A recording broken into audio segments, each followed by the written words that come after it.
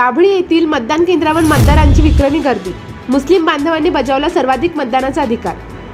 अमरावती लोकसभा निवडणूक अनुषंगाने आज संपूर्ण जिल्हाभरात प्रत्यक्ष मतदानाला सुरुवात झाली आहे. तर दर्यापूरमध्ये पहाटेपासूनच मतदान केंद्रावर रांगा लागल्या होत्या.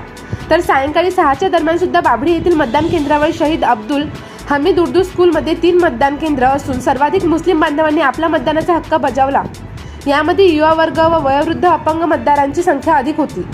बाभळी येथील मतदान केंद्रावर अद्यापही सुरूच असल्याने रात्री 8 वाजेपर्यंत पूर्ण मतदान होणार असल्याचे व्यक्त करण्यात आले आहे. बाभळी परिसरातील समस्त मुस्लिम बांधवांनी आपला मतदानाचा हक्क बजावला.